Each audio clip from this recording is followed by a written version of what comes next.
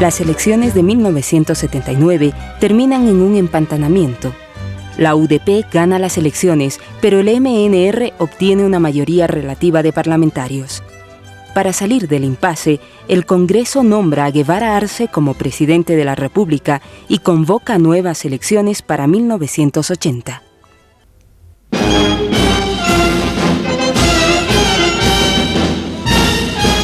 A las 2 de la mañana del 1 de noviembre de 1979, tropas del Tarapacá toman el Palacio de Gobierno.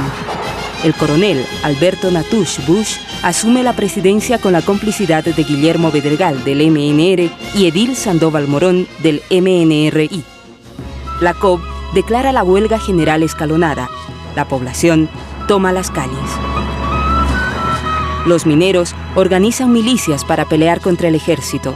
La flamante CSUTCB llama a la movilización campesina. El coronel Doria Medina ametralla a hombres, mujeres y niños en la ciudad de La Paz. Más de 300 muertos y 100 desaparecidos son el saldo de esta heroica resistencia que se conoce como la Masacre de Todos Santos. Al final, gana la Central Obrera Boliviana. Los militares no tienen otro camino que negociar su repliegue. Lidia Gayler Tejada es elegida presidenta de la República. Los golpistas no son barridos del ejército. El general Luis García Meza se insubordina en el cuartel general y se hace nombrar comandante en jefe de las Fuerzas Armadas.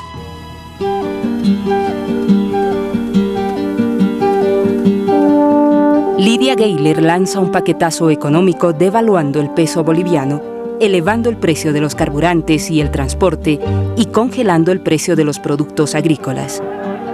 Antes que la COB reaccione, las bases campesinas inician el bloqueo de caminos. Las ciudades quedan aisladas. En Copacabana, 1000 peregrinos no pueden moverse. La escasez de productos se hace sentir en los mercados de la ciudad. Es el más grande levantamiento campesino desde la reforma agraria. Los campesinos piden precios justos para sus productos.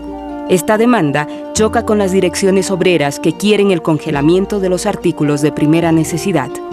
Después de 7 días de intenso bloqueo y a pedido de la COB, la dirección de la CSUTCB suspende el bloqueo sin conseguir sus principales demandas.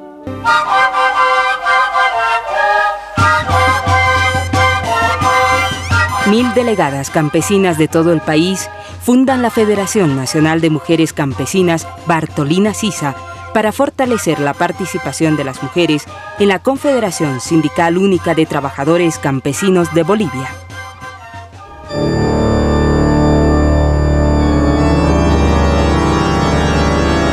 El 22 de marzo de 1980, el padre Luis Espinal es secuestrado y brutalmente asesinado. El movimiento popular responde con una multitudinaria manifestación el día de su entierro. ¡Aún quedamos muchos! ¡Lucho! ¡A muerto! ¡Aún quedamos muchos! ¡Lucho! ¡A muerto! En el ambiente flotan rumores de golpe. Varios partidos políticos y la COB organizan el Comité Nacional de Defensa de la Democracia, CONADE.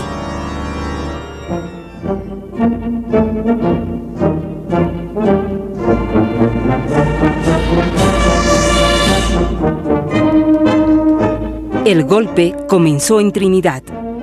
García Meza y Arce Gómez estaban a la cabeza. La COB convoca una reunión del CONADE que decreta huelga general y bloqueo de caminos. En ese momento, paramilitares transportados en ambulancias asaltan la sede de la COB, deteniendo a varios dirigentes y acribillando a balazos a Marcelo Quiroga Santa Cruz, Carlos Flores y Gualberto Vega. García Meza no tiene que exigir ni siquiera la rendición de un batallón ni tomar el Ministerio de Defensa, porque ya todo lo tiene en sus manos. En las ciudades, el golpe se consolida en pocas horas, dejando un saldo de 500 detenidos y varios muertos. En las minas, la resistencia dura varias semanas. En Caracoles, la entrada del ejército es extremadamente violenta.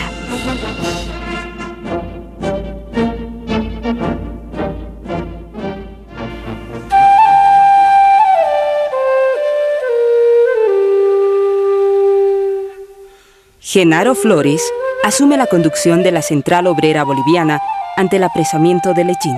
Es la primera vez que un campesino dirige la COB. En medio de esta resistencia, Genaro Flores es detenido y gravemente herido. La dictadura de García Meza no tiene respaldo en el país ni a nivel internacional por sus vinculaciones con el narcotráfico. La crisis económica se profundiza. A los paros de la COB se suman los intentos de golpe. En agosto de 1981, el general Torrelio sustituye a García Meza. A fines de noviembre, y bajo el cerco del ejército, Huanuni realiza una huelga de 20 días exigiendo el salario mínimo vital y la vigencia irrestricta de las libertades sindicales. Una huelga de hambre de miles de universitarios recupera la autonomía y el cogobierno. El 1 de mayo de 1982, rompiendo las prohibiciones de la dictadura, se celebra una gran concentración de la COB. El general Torrelio es sustituido por el general Vildoso. El ejército y los partidos discuten cómo realizar el repliegue de las Fuerzas Armadas. Unos plantean nuevas elecciones. Otros opinan que debe asumir el Congreso electo en 1980. Los trabajadores se impacientan y protagonizan varios paros y movilizaciones. En una poderosa concentración en la Plaza San Francisco, los mineros del siglo XX exigen la declaratoria de la huelga general indefinida. La COB asume esa medida y a las pocas horas Vildoso anuncia que entregará el gobierno al Congreso del 80. Todos suspenden la huelga, menos los mineros, que exigen además el salario mínimo vital y móvil. Una delegación del MNRI, el PCB y el MIR se hace presente en Huanuni y se compromete a otorgar el salario mínimo vital cuando la UDP sea gobierno. Los mineros levantan la huelga.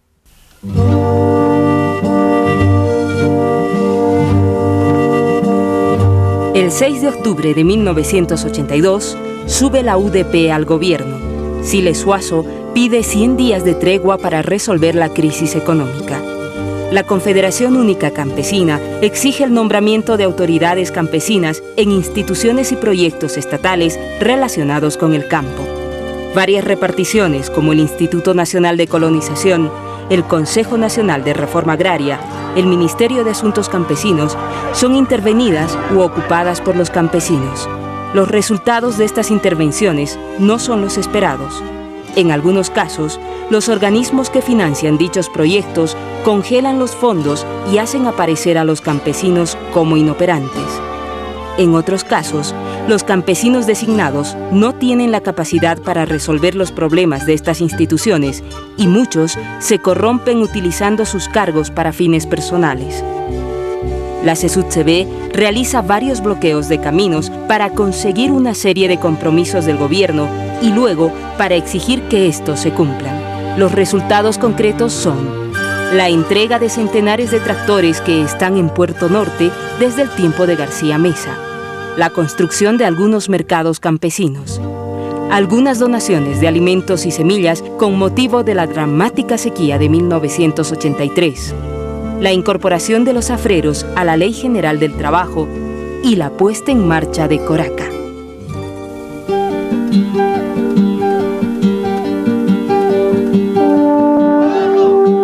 La CESUTCB discute y aprueba el proyecto de Ley Agraria Fundamental. Este documento plantea que la tierra es del que la trabaja personalmente. Las comunidades deben tener derecho no solo a la tierra, sino también sobre los recursos naturales que están en su territorio. El Estado debe asignar recursos para las entidades económicas de la CESUTCB como Coraca. Debe haber cogestión de la CESUTCB en el Ministerio de Agricultura y de Educación de la misma forma que los mineros lo exigen en la Comibol. El proyecto de ley fundamental agraria nunca es considerado en el Parlamento.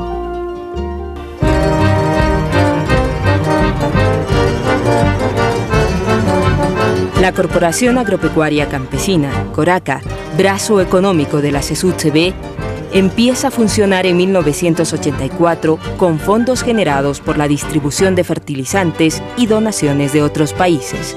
Coraca propone la ejecución de proyectos económicos comunales manejados por las propias organizaciones campesinas. En algunos lugares se consolidan coracas o asociaciones económicas campesinas: Anapqui, Acopca, Irupana, Aiquile. Sin embargo, en otros lugares fracasan por la falta de capacidad y honradez de algunos encargados o porque no son rentables y solamente viven del financiamiento externo.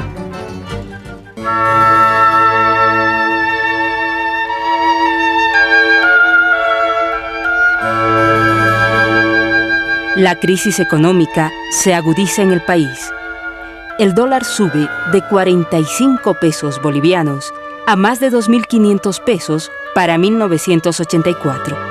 La sequía acaba con la producción agrícola. El contrabando y la especulación destrozan la economía de los hogares humildes. Las conquistas económicas se pierden al día siguiente por la hiperinflación. Los decretos que consigue la movilización campesina se quedan en papeles mojados que no se cumplen. Después de la espera y la alegría, viene la frustración en el gobierno de la UDP.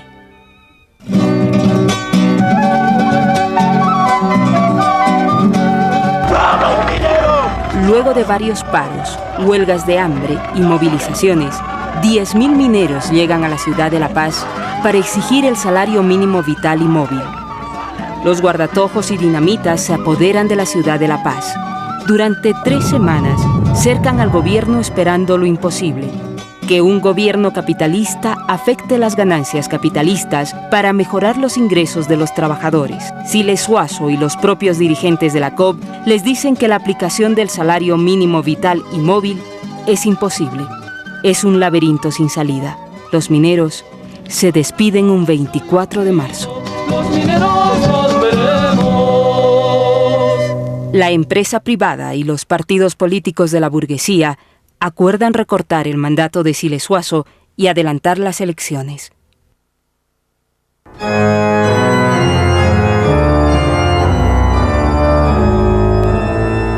Paz Estenssoro sube al gobierno y a las pocas semanas dicta el 21060. Este decreto establece el libre cambio del dólar, el alza de los carburantes y el transporte, la libre importación de productos agropecuarios, el congelamiento de salarios y la vía libre para el despido de trabajadores. El paquete económico contiene la hiperinflación a costa de los trabajadores. En 2 años, 20.000 mineros de la Comibol son relocalizados y 40.000 fabriles son despedidos en todo el país.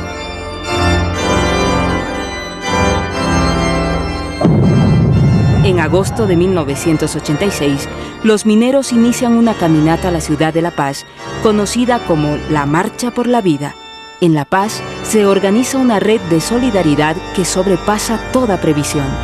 Los campesinos apoyan la marcha en todo el trayecto. El gobierno de Paz Estenssoro despliega tropas y aviones para detener a los 10.000 marchistas.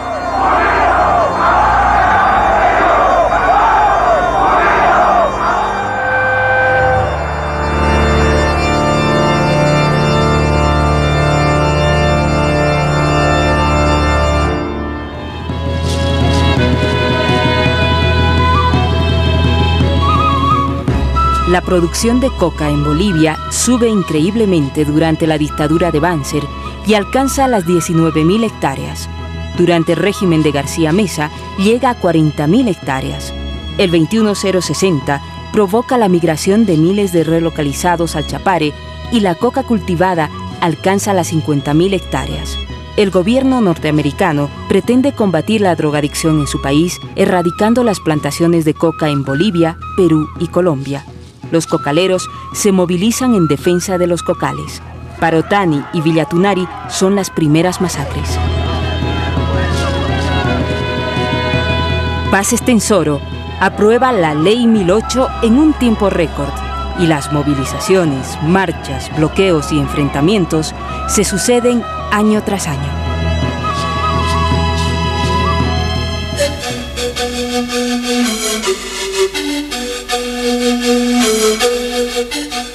1986, el Parlamento aprueba una nueva ley tributaria.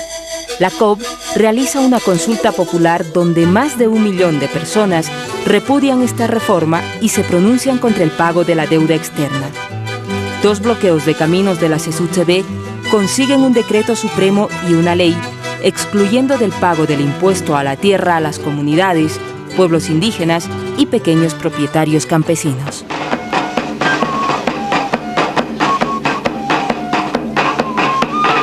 En agosto de 1990, la CSUCB fue al encuentro de la Marcha Indígena del Oriente. Los movimas, mocetenes y sirionós conquistan 3 decretos supremos por los cuales el gobierno se compromete a proteger sus territorios. En el país ya no se habla solo de campesinos, sino de nacionalidades como la aymara, quechua, guaraní y una treintena de pueblos indígenas.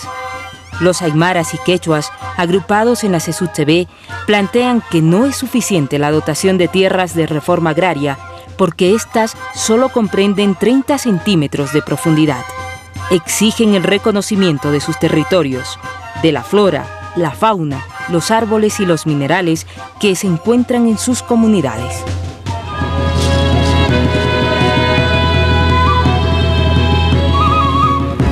El gobierno del MNR presenta un proyecto de nueva ley agraria que modifica la Ley de Reforma Agraria de 1953.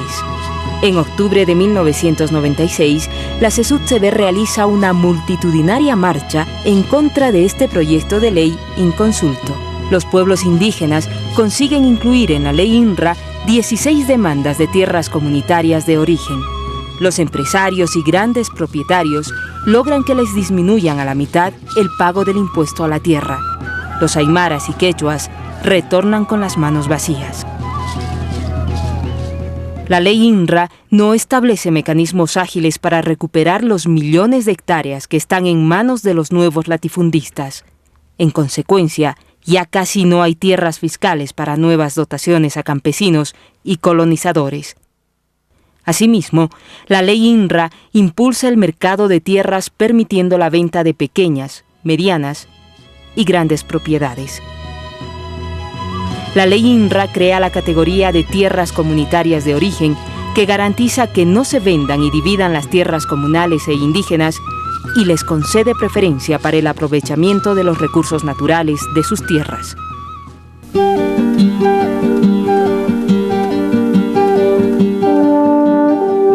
La CSUCB nace planteando la educación intercultural bilingüe, la necesidad de un calendario escolar diferenciado para cada región y la participación de los padres en la educación de sus hijos. Estas reivindicaciones son recogidas por la reforma educativa, pero no se aplican ni se cumplen de manera apropiada.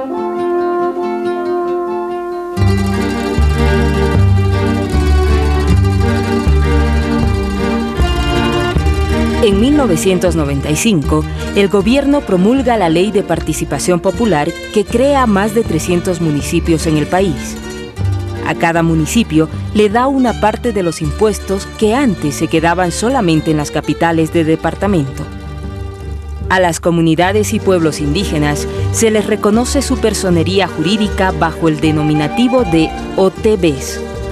Esto causa confusión y creación de organizaciones paralelas en el campo.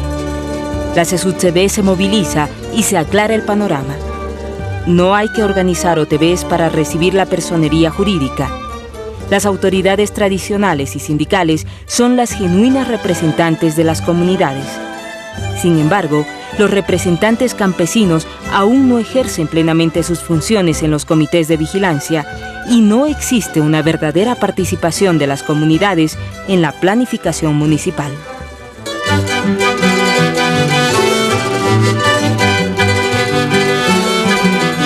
La CSUCB promueve la creación de un instrumento político para presentar candidatos propios en las elecciones municipales de 1995. El instrumento político gana casi una decena de alcaldías en el departamento de Cochabamba. Los alcaldes y concejales del instrumento político tropiezan con una serie de problemas para hacer funcionar sus municipios al servicio de las comunidades aymaras y quechuas. En 1997, el instrumento político conquista 4 diputaciones en las elecciones nacionales.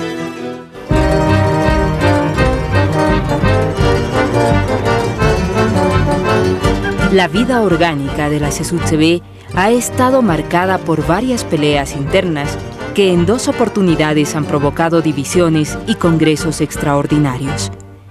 Estas disputas han sido producto de la manipulación de los partidos, del gobierno y de las ambiciones de algunos dirigentes.